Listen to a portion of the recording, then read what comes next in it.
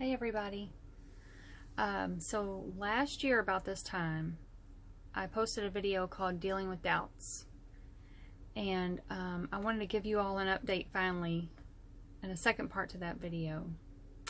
Calling it Part 2, How to Believe God.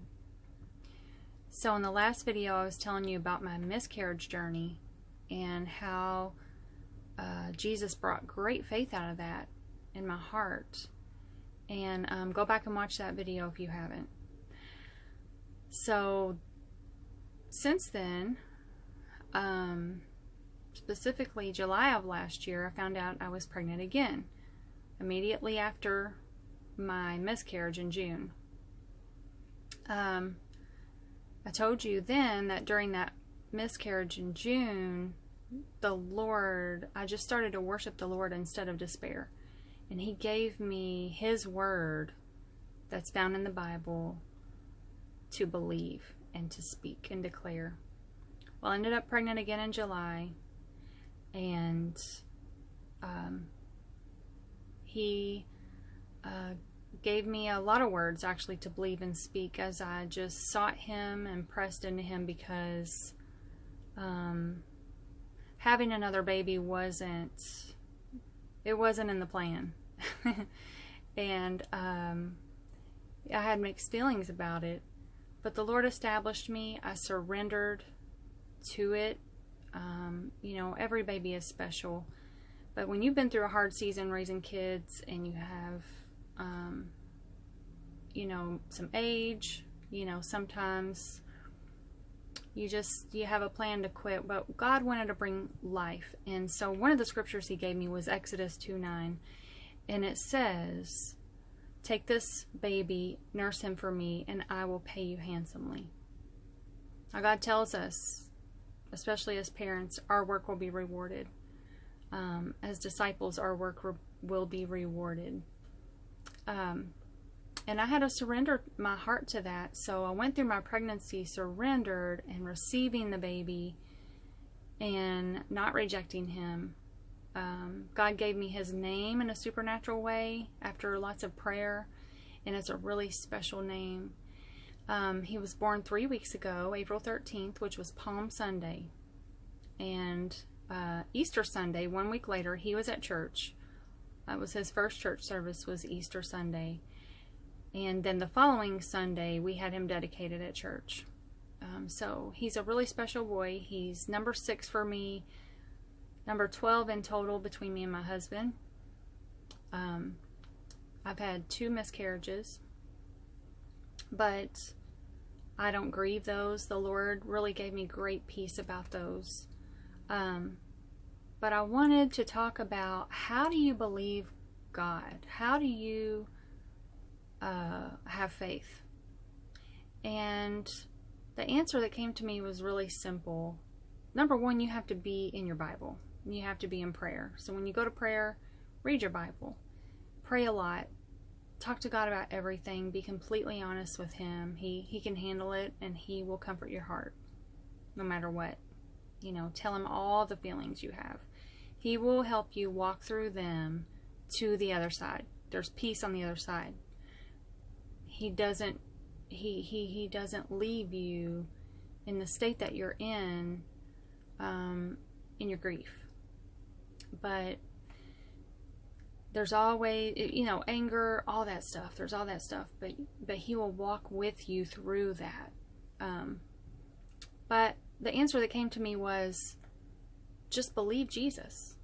Believe Him. Go through the New Testament. Read what He did. You'll get to know His heart.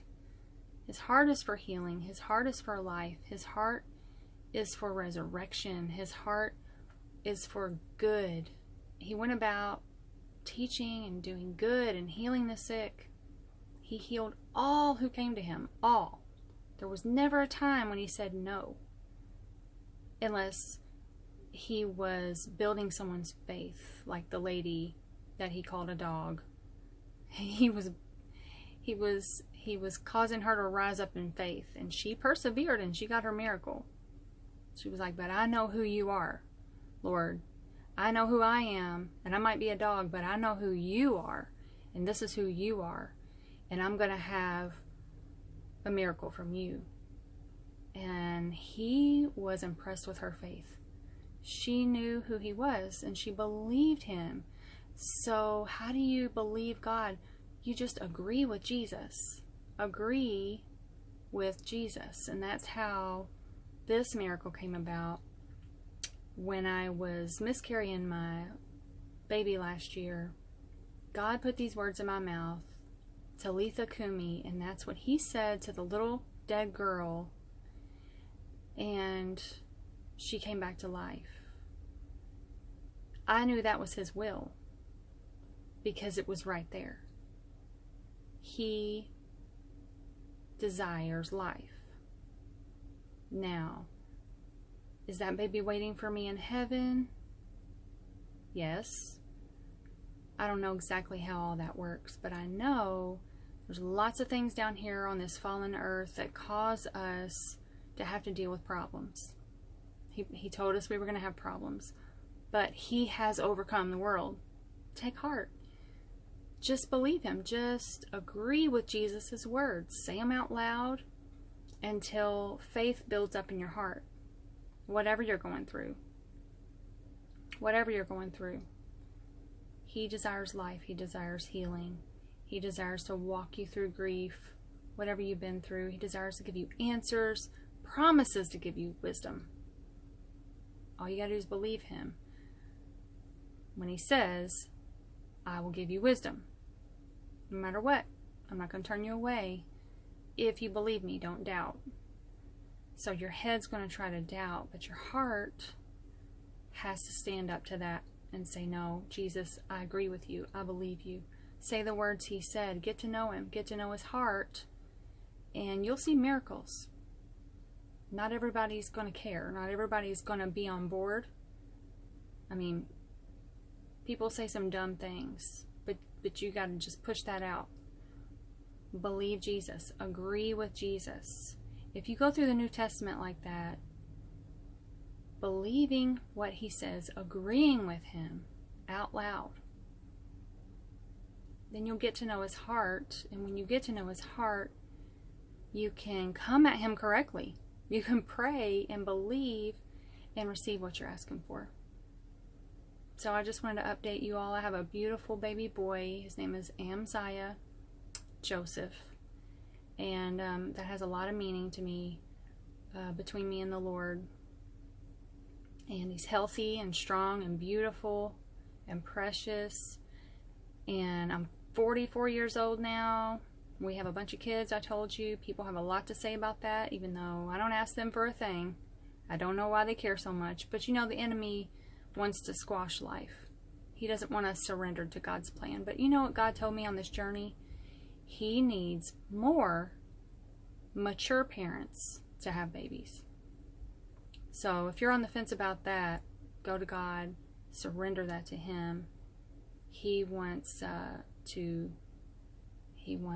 multiply his kingdom on the earth, and he needs people to submit to that and, you know, not listen to the world and not listen to their own flesh, because it's hard. It's not easy raising kids, but he'll reward those of you who choose to do that. And he did that. He increased us in our fruit in a supernatural way, and I'm to the point now, like, whatever you want to do, Lord, I know that it's for my best and for the kingdom, so I'm going to trust you. All right, so thanks for letting me share that with you all. I hope you have a blessed year this 2025.